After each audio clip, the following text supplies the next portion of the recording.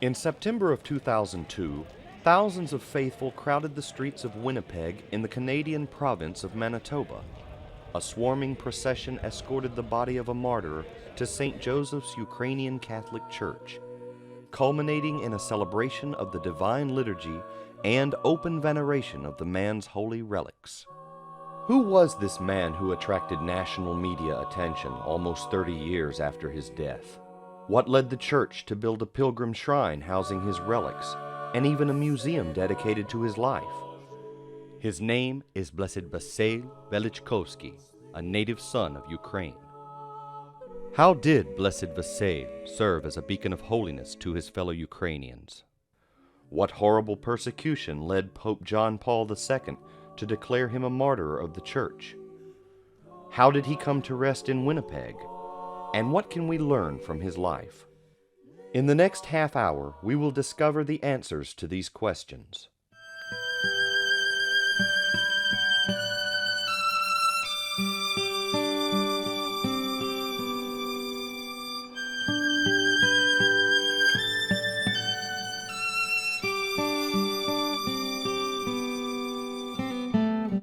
Vasyl Velychkovsky entered the world on June 1, 1903, in Stanislavyu, Ukraine. Young Vasyl's exposure to priestly life began at birth. His father and both of his grandfathers were themselves Ukrainian Catholic priests. In 1911, 7-year-old Vasyl accompanied his mother to his grandfather's parish, where the boy was dedicated to the Holy Mother of God. The martyr would later describe this day as a pivotal moment in his life. Following in his family's tradition, Blessed Vasyl took his redemptorist vows in 1925 and was soon thereafter ordained a Ukrainian rite priest. After a year of teaching in the Juvenate near Lviv, Father Vasyl was transferred to Stanislavyu, where he gave missions to neighboring parishes. From 1928 to 1935, Father Vasyl worked in the district of Volyn, giving missions among the Orthodox before returning to his mission in Stanislavyu. In 1940, Ukraine found itself under the communist thumb of the Soviet Union. The Soviets outlawed the Ukrainian Catholic Church in 1946, and its faithful were forced underground to worship in secret. Communism is a government of control. They wanted to control all people, give them all directions, dictate to them what's right and wrong.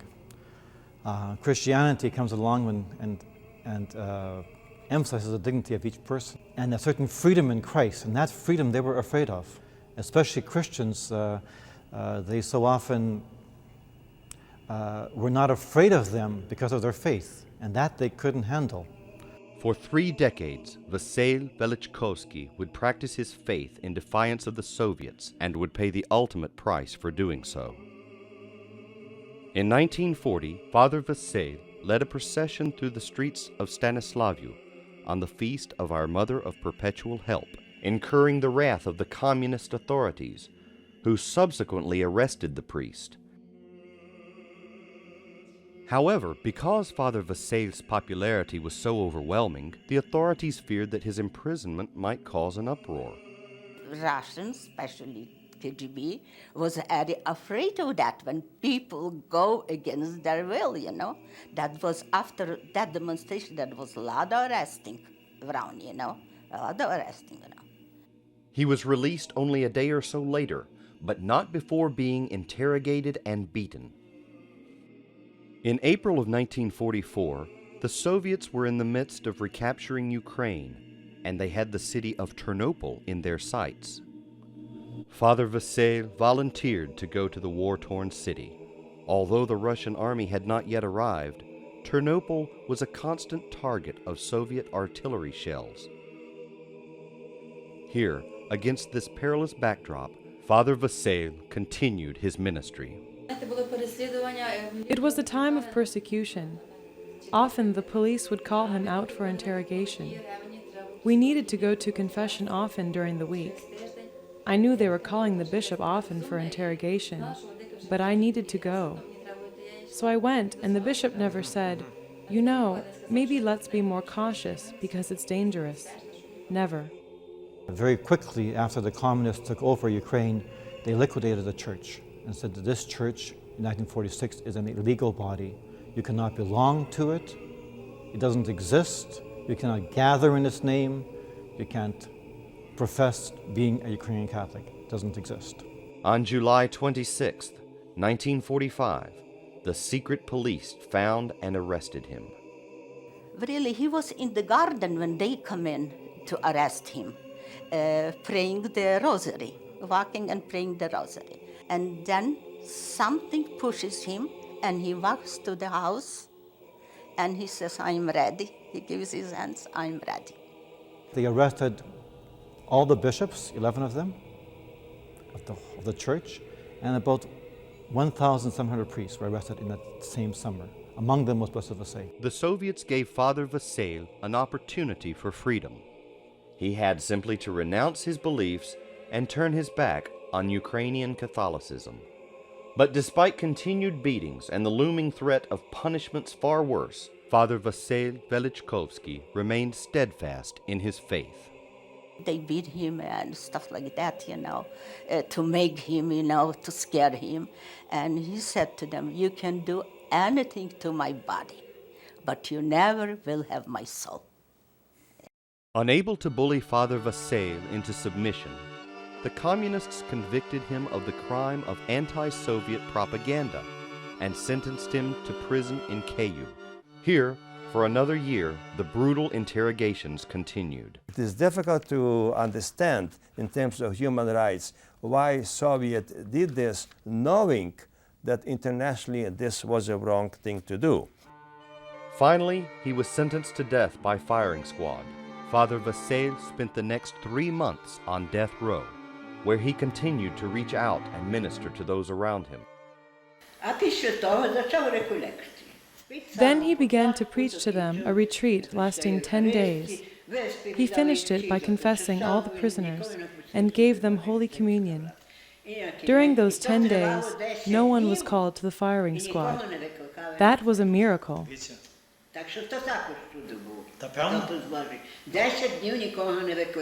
The day finally came when they called the name Vasyl Velychkovsky. Was this the end? Not by any means. As Father Vasyl would find out, death was not as imminent as he'd been led to believe. While awaiting for his execution, he was notified that his death sentence was changed to 10 years imprisonment in a concentration camp in Vorkuta, which again was one of the most severe and most vicious concentration camp in the Soviet Union. Although it was very dangerous, he used to confess us down in the shaft. Many of us would go to confession. His confessions were so profound. We received such peace from him. Following the death of Stalin in March of 1953, an outbreak of prison strikes prompted the authorities to suspect Father Vasyl of inciting unrest among his fellow workers. They sent him to a prison in Vladimir, near Moscow. Father Vasyl appealed his case before the Supreme Soviet, who found him innocent and sent him back to Vorkuta. After serving out the remainder of his sentence there, Father Vasyl was released in 1955. He moved to Lviv, where he promptly resumed his work in the underground church. His decade in prison left him scarred yet unafraid, and he continued undaunted in his defiance of the Soviets. He was named bishop in 1959, but with no one to perform his consecration, he remained a bishop-elect. Metropolitan Joseph Slipy, under whose jurisdiction Lviv fell, was himself a prisoner of the Soviets.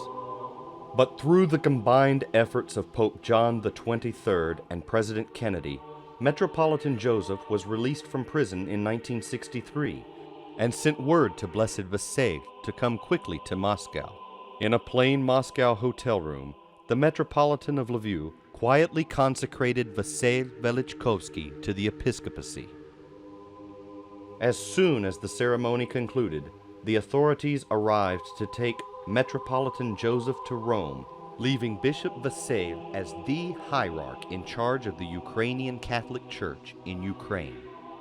He returned quickly to Lviv, which would become the seat from which he would shepherd his flock for the next 6 years. Blessed Vasyl spoke little of his own sufferings, evident in this rare recording of a homily he gave to priests in 1965.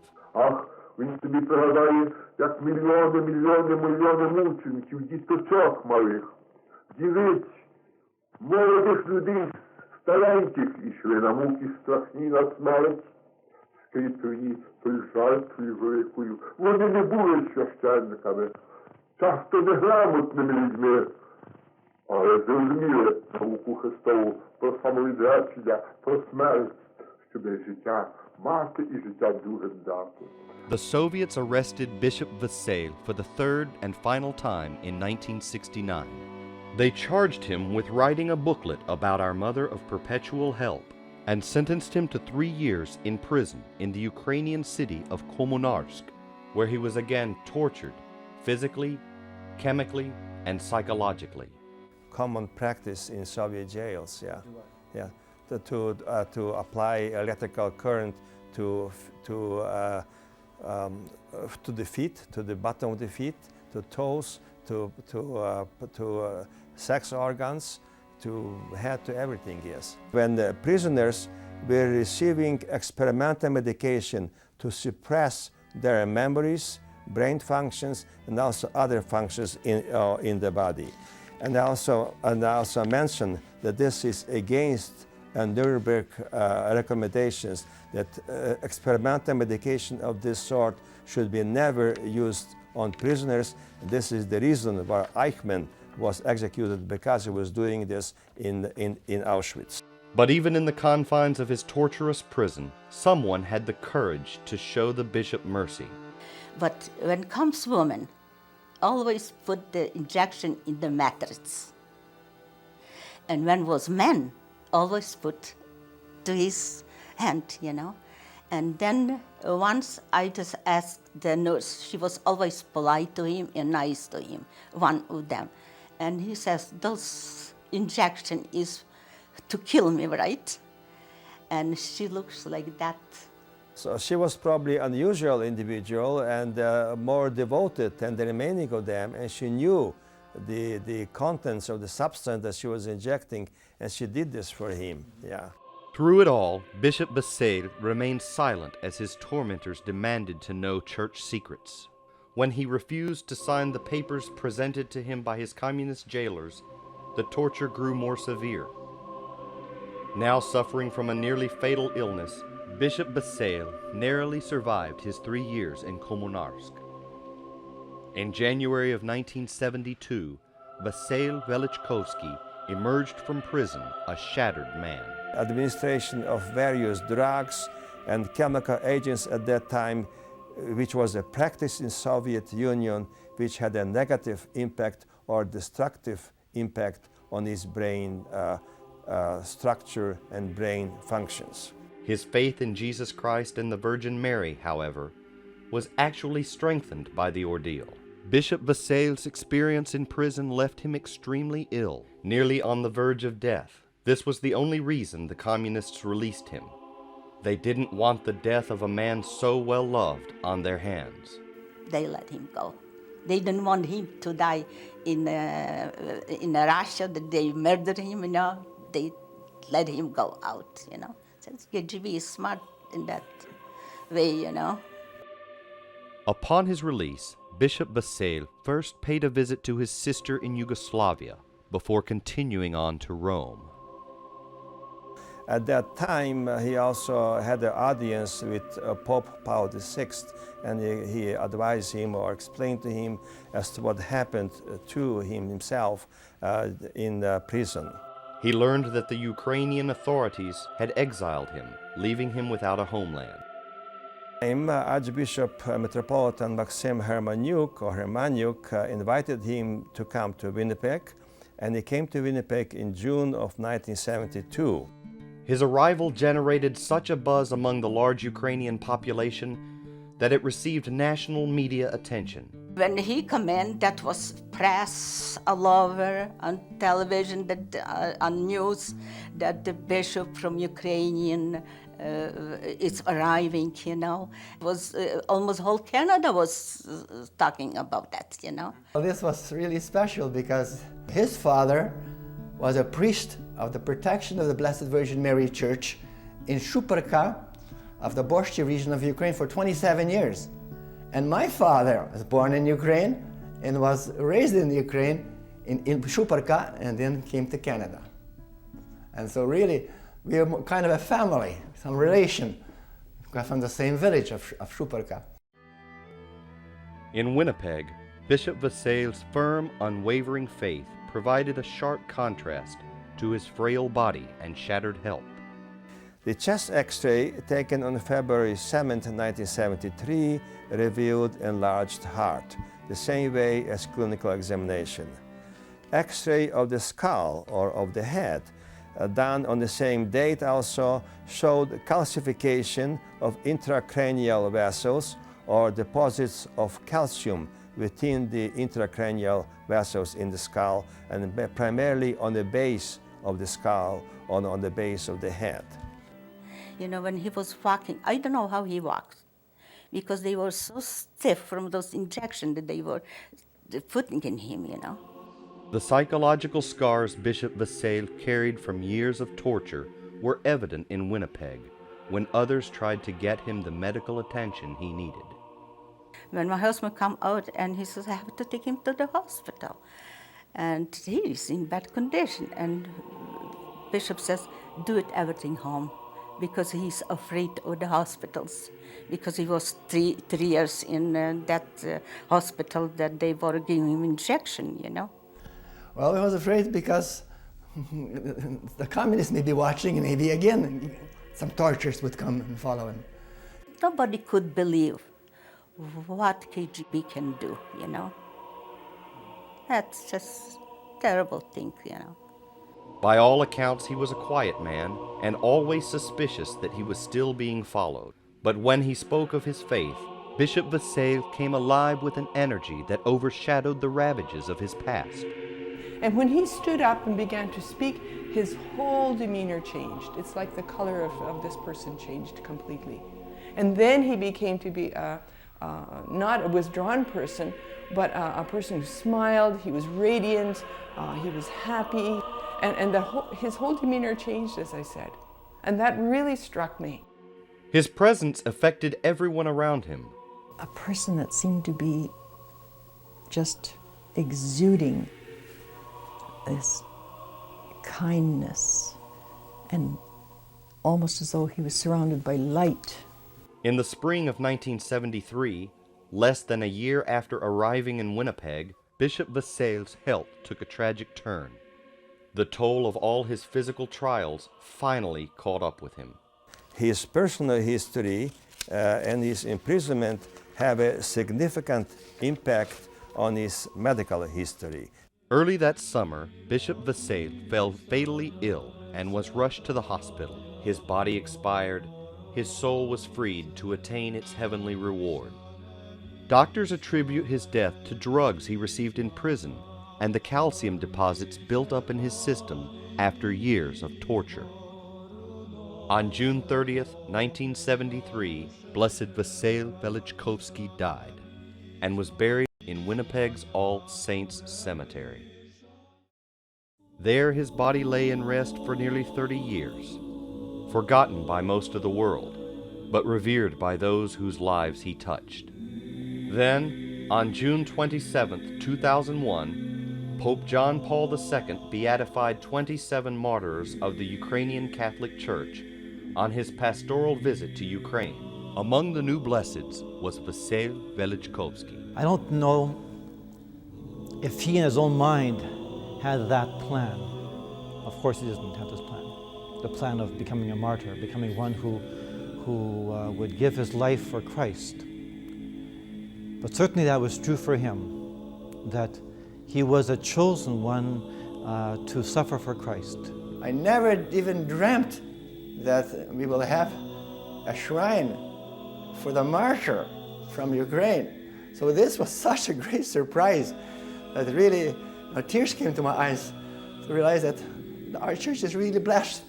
In September of 2002, Blessed Vasyl's body was exhumed and taken to St. Boniface Catholic Hospital. His remains were examined and prepared for enshrinement according to Vatican protocol. They placed his fully vested body into a stainless steel coffin, which was then sealed and stamped with an ecclesiastical seal. The Ukrainian Catholic Cathedral of Saints Volodymyr and Olha held a 3-day vigil with the body, followed by a Malaban service. Thousands then took to the streets for a procession to St. Joseph's Ukrainian Catholic Church. It was a joyous day, and one that earned the attention of Canadian television networks, as the Ukrainian Catholic Church honored its first martyr in North America. To have a saint here, a blessed here in Winnipeg, in this church, reminds all of us that we are called to holiness. We are called to the same total commitment to Christ. Today, St. Joseph's is home to Canada's second martyr shrine, the holy resting place of Blessed Bishop and Martyr Vasyl Velychkovsky. Parishioners and pilgrims alike come here to venerate and pray before this man who suffered so terribly for his faith. His presence at St. Joseph's makes it the only martyr shrine in North America to house first-class, full-body relics. As the provincial of Ukrainian Redemptorists in North America, Father John Cianchuk is the director of the Bishop Velychkovsky Martyr Shrine at St. Joseph's Ukrainian Catholic Church. It has been a great privilege for the last 2.5 years to be involved with Blessed Vasyl's life, to learn deeper and deeper about his enthusiasm for God, his strength of character, his courage. The enshrinement weekend was it was an experience of Easter. That is an experience beyond words. You can't describe the sense of the presence of the divine.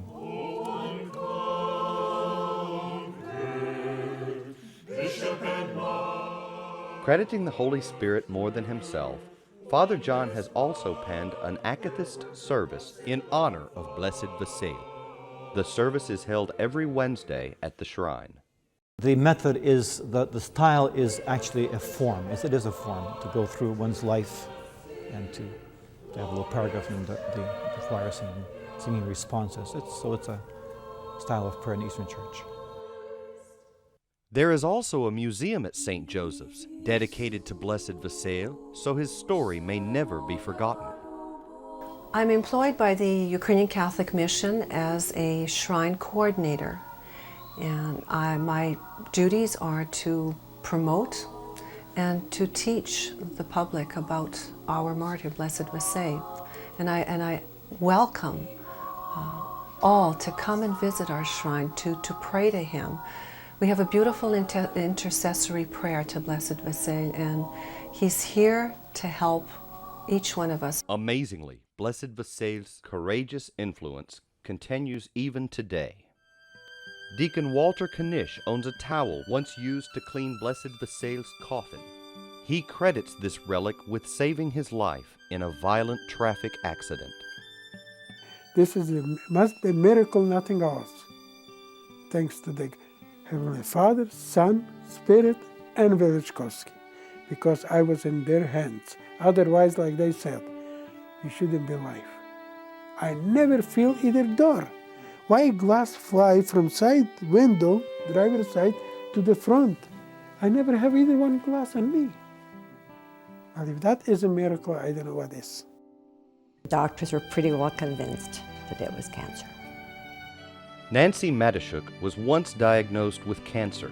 She credits Blessed Vasyl's intervention for the miracle of her complete recovery. Yes, there are miracles, because I don't know how else to explain it. Yes, I am living proof that miracles do happen. They do happen. But 2 years ago, once he was beatified and we became aware that his status was being recognized by the whole church as someone blessed, it became a revival of understanding the presence of saints, having heroes in that community whom the church recognizes as having made it. Blessed Vasyl Velychkovsky was a holy man, a man unafraid to remain steadfast in his faith, even in the midst of intolerable persecution. Whether he was caught in the crossfire of war, sitting on death row, enduring unbearable torture, laboring under brutal conditions, or living with the physical and psychological effects of the aforementioned, Blessed Vasyl Velychkovsky remained a true disciple of God. Blessed Vasyl's words echo in our hearts even today. Ось просимо пречисту, непорочну Діву Марію, Матінку Божу, щоб вона нам завжди не давала нам, а ми приймали від неї силу духа жертви, щоб з духом жертви все поборювати, все здобувати, і для Христа жити, і Христа всім давати. In Winnipeg, Manitoba, Canada, at St. Joseph's Ukrainian Catholic Church, an Akathist service is held in his honor every week. The shrine and museum are open to pilgrims from around the world, not only to keep Blessed Vasyl's memory alive, but for the faithful to continue to venerate his body and pray for his intercession, in hope that he will soon be canonized a saint. You know, perhaps his name, Blessed Vasyl Velychkovsky, is hard to say at first, but his presence is very real, and he does bring forth love from our hearts, and he is one who does help us on that road to holiness.